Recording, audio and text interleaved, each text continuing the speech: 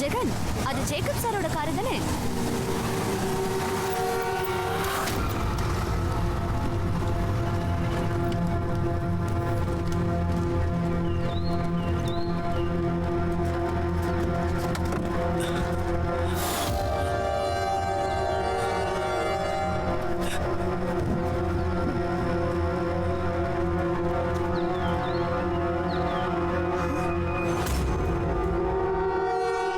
ஜெகன், சாரோட ரைட் ஹேண்ட்ல ஏதோ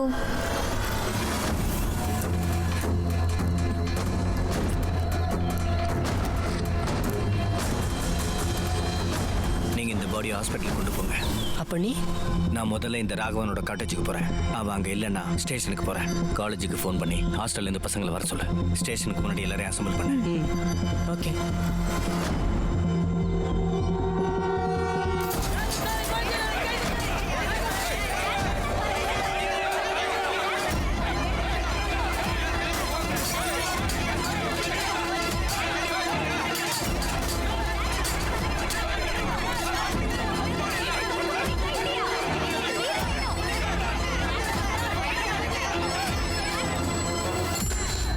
ஹலோ சார்.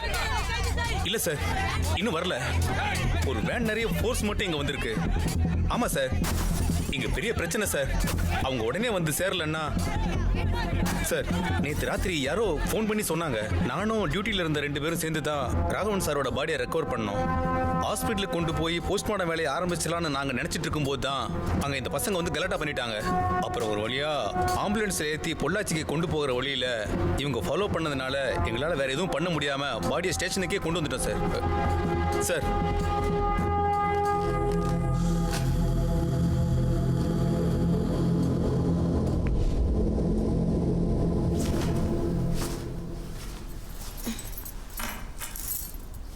என்னங்க எவ்வளோ சீக்கிரம் கிளம்பிட்டீங்க? வீட்டில் ஒரு ஓமம் நடக்குது. கண்டிப்பாக வர்றேன்னு ரமாவுக்கும் பத்மாவுக்கும் வாக்கு கொடுத்துருக்கேன்.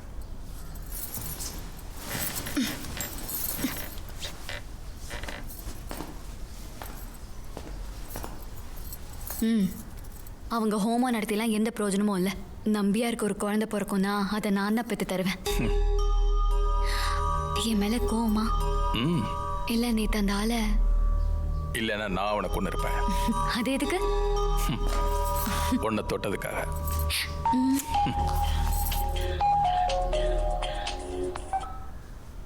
ஆ,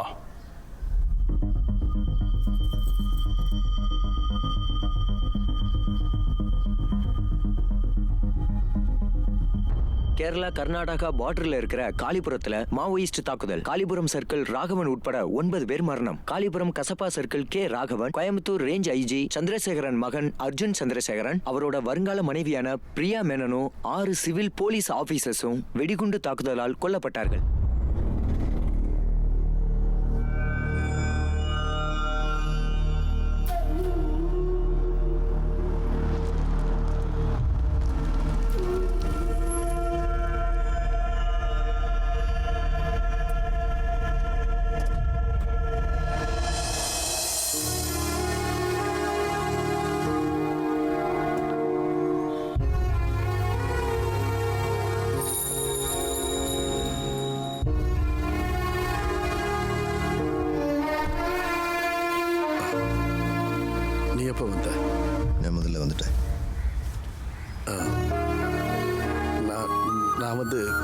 கோயம்புத்தூர் வரைக்கும் போயிருந்தேன்.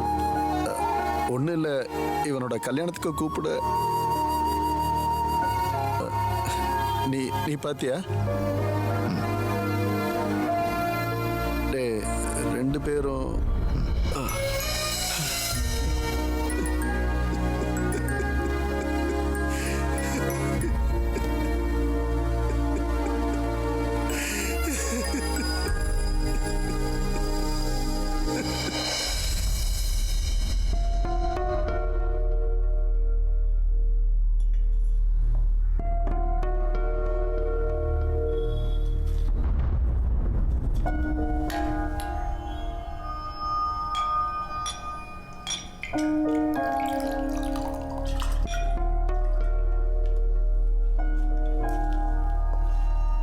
2-3 நாள் கெஞ்சி கூத்தாடினதுக்கு அப்புறம் தான் மினிஸ்டர் பார்க்கவே ஒரு அப்பாயின்மெண்ட் கிடைச்சது. ஆனா கடந்த 10-25 வருஷமா நான் செஞ்ச சர்வீஸ்க்கும் சரி, நான் போட்டிருக்கிற யூனிஃபார்முக்கும் சரி, ஒரு யூஸ்டு டாய்லெட் பேப்பரோட விலை கூட இல்லைன்னு இப்ப நான் நல்லா புரிஞ்சுக்கிட்டேன்.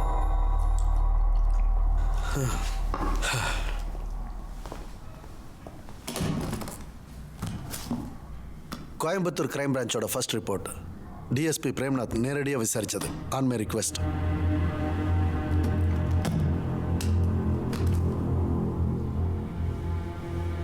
நம்ம பத்திரிகையில் டிவிலெல்லாம் பார்த்தது தான். லெக்சரர் ஜேக்கப்போட பாடியை பார்த்த காலேஜ் ஸ்டூடெண்ட்ஸ் காளிபுரம் ஸ்டேஷனை சுற்றி வளைச்சிட்டாங்க. இதே கேஸில் அக்யூஸ்டுன்னு சந்தேகப்படுற சர்க்கிள் ராகவனோட மர்மமான மரணம், அப்புறம் பசங்களோட கலாட்டாக்கு நடுவில் ராகவனோட பாடி எடுத்துக்கிட்டு இங்கே கிளம்பி வந்த போலீஸ் வேன் காளிபுரத்தோட அவுட்ஸ்கர்ட்ஸில் எங்கேயோ ஒரு இடத்துல பிளாஸ்ட் ஆகிடுச்சு. மாவோயிஸ்ட்டுங்க தான் சொல்கிறாங்க. ஆனால் அந்த இடத்துக்கு நம்ம பசங்க எதுக்கு போனாங்க? அதை பற்றி கிரைம் பிரான்ச் ஆஃபீஸர்ஸ் எதுவும் சொல்லலையா? இதெல்லாம் கொஞ்சம் கூட கன்வின்சிங்கே இல்லை சார். இதெல்லாம் அவனுங்க கை நீட்டி காசு வாங்கி மாற்றி எழுதியிருப்பாங்க சார். தெரியும். அதனால தான்டா நான் ப்ராப்பர் இன்வெஸ்டிகேஷன் வேணும்னு மினிஸ்டர் கிட்ட ரிக்வெஸ்ட் பண்ணியிருக்கேன்.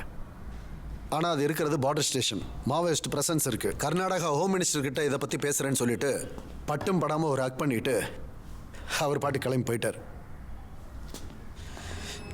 என் பிள்ளை போய் சேர்ந்துட்டான். ஆனால் அன்னைக்கு அந்த வேனில் அவங்க கூட எரிஞ்ச அந்த 6 போலீஸ்காரங்க இருக்காங்கல்ல, அவங்க குடும்பத்துக்கு அவங்க சர்வீஸ்க்கு ஒரு மினிமம் கமிட்மெண்ட் கூட இந்த ஸ்டேட்டுக்கு இல்லை. எந்த கமிட்மெண்ட்டை பற்றி பேசுறீங்க சார்? அவங்க உச்சா போகும்போது நம்ம வெளியில் காவல் நிற்கணும். சத்ததுக்கு அப்புறம் மானத்தை பார்த்து ஷூட் பண்ணணும் தவிர ஒரு போலீஸினால என்ன பிரயோஜனம்? இந்த கேஸ் என்கொயரி செய்கிறது கவர்மெண்டோட பெர்மிஷன் எனக்கு தேவையில்லை. என் விருப்பப்படி தான் இதுவரைக்கும் வேலை செஞ்சிருக்கேன். இனிமேலும் அப்படிதான்.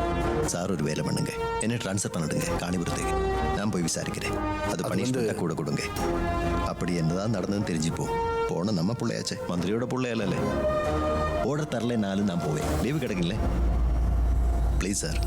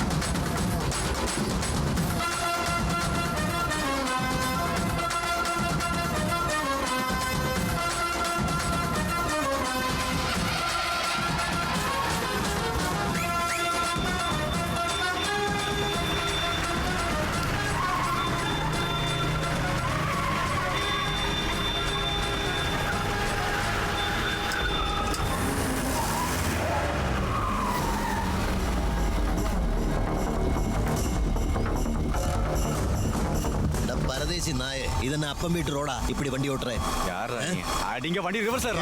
கிட்ட மாற்ற சொல்றேன். ஓடா படி.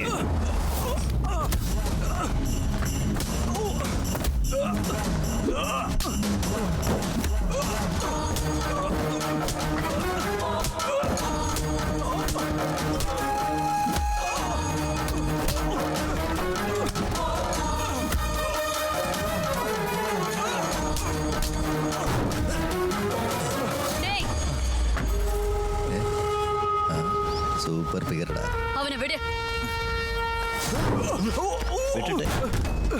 யாரியா நீ? இதுக்கு முன்னாடி நான் உன்னை பார்த்ததே இல்லையே. இதுக்கு முன்னாடி யாரும் காமிக்கல, அதனால யாரும் பார்க்கல. நேரம் வரும்போது சொல்லி அனுப்புறேன். மாமியார் வந்து பாருங்க.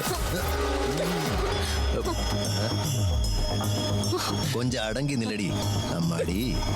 உங்கூட விளையாட எனக்கு இப்ப நேரம் இல்லை, அப்புறமா பார்க்கலாம். வச்சிருக்க சரக்கோட பத்திரமா வீடு போய் சேர வழியை பாரு. புரிந்தா?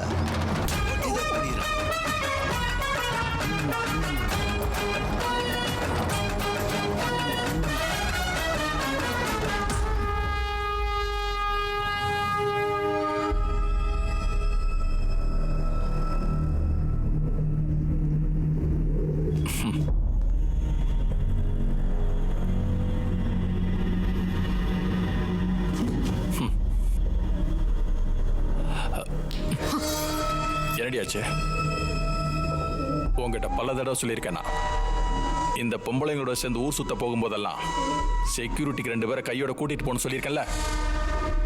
இல்லைன்னா நிப்பாட்டிக்கோ. எலெக்ஷன் முடிகிற வரைக்கும் அடங்கி ஒதுங்கி இங்கே இருந்துக்க. இதுக்குள்ளேயே அடைச்சு வச்சிருந்தீங்கன்னா இங்க இருக்கிற பொம்பளைங்களுக்குலாம் எவன் வந்து சாப்பாடு போடுவான்? இங்க நாங்க எப்படி வாழ்ந்துட்டு இருக்கோம்னு உங்களுக்கு ஏதாவது தெரியுமா? உங்களுக்கு இப்ப பார்ட்டி, எலெக்ஷன், பொண்டாட்டிங்க. அப்ப நான் யாரு? சும்மா ஒரு டைம் பாஸ், யாருக்கும் தேவையில்லாத, வாழ பக்தி இல்லாத, வரவும் போறவெல்லாம் கை வைக்கிறதுக்கு. கொஞ்சம் பணம் கொடுத்து அனுப்புறேன். பழனி கிட்ட கொடுத்து விடுறேன்.